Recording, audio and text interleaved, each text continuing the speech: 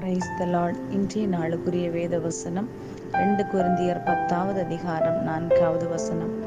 எங்களுடைய போர் ஆயுதங்கள் மாம்சத்துக்கு ஏற்றவைகளாயிராமல் அரண்களை நிர்மூலமாக்குகிறதற்கு தேவ பலம் உள்ளவைகளாய் இருக்கிறது. அன்புக்குரியவர்களே, இந்த காலை வேளையிலும் அருமை இரட்சகர் இயேசு கிறிஸ்துவின் இனிய நாமத்தில் உங்களை வாழ்த்துகிறேன். விசேஷமாக இந்த ஒரு அருமையான வசனத்தை பாருங்க. எங்களுடைய போராயுதங்கள் மாம்சத்துக்கு ஏற்றவைகளா இராமல்.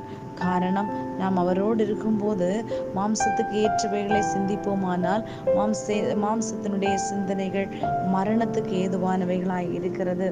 ஏனென்றால் தீங்கு நாளில் நாம் எப்படி பிசாசின் தந்திரங்களை பகுத்து அறிகிறவர்களாகவும் அந்த பிசாசுக்கு எதிர்த்து நிற்க வேண்டுமானால் சகலவற்றையும் செய்து முடிக்கத்தக்கவர்களாய் நிற்க திராணி உள்ளவர்கள் ஆகும்படிக்கு தேவனுடைய சர்வாயுத வர்க்கத்தை தரித்து கொள்ள வேண்டும். அது சத்தியம் என்னும் கச்சையுங்கள் நம்முடைய அறையிலே கட்டினவர்களாய் விசுவாசம் என்னும் கேடகத்தை பிடித்தவர்களாய் நிற்க வேண்டும். இப்படியான ஆவிக்குரிய சர்வாயுத வர்க்கம் தரிக்கும் போது மாத்திரம் நாம் பிசாசோடு எதிர்த்து நிற்க முடியும். காரணம், பிசாசு யாரை விழுங்கலாம் என்று அவன் கர்ஜிக்கிற சிங்கத்தை போல வகை தேடி கொண்டிருக்கிறான்.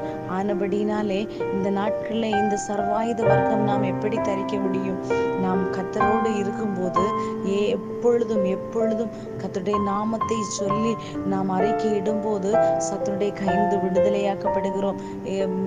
விசேஷமாக தாவீது கூட அந்த ஒரு கோலியாத்தை எதிர்த்து போகும்போது அவன் நரைகூவல் விடுக்கிறான். நீ நிந்தித்த இஸ்ரவேல் தேவனாகிய தேவனுடைய நாமத்தை நிமித்தம் நான் வருகிறேன். அந்த நாமம் எல்லா நாமத்திற்கும் மேலான நாமம்.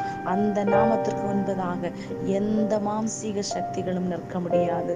அதுபோல இந்த நாட்களிலே ஆவிக்குரிய ஜீவிதத்திலே நாம் ஜீவிக்கும் போது தடைகள் வருவதை எதிர்ப்பதற்கு, எல்லா தீங்குகளை எதிர்ப்பதற்கு தக்கதாய் சர்வாயுத வர்க்கத்தை தரித்துக் கொள்வோம்.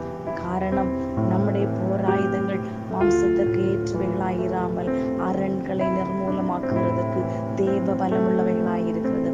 அந்த பலத்திலே பலப்படுவோம். கர்த்தர் தாமே உங்களை ஆசீர்வதிப்பாராக. ஆமென்.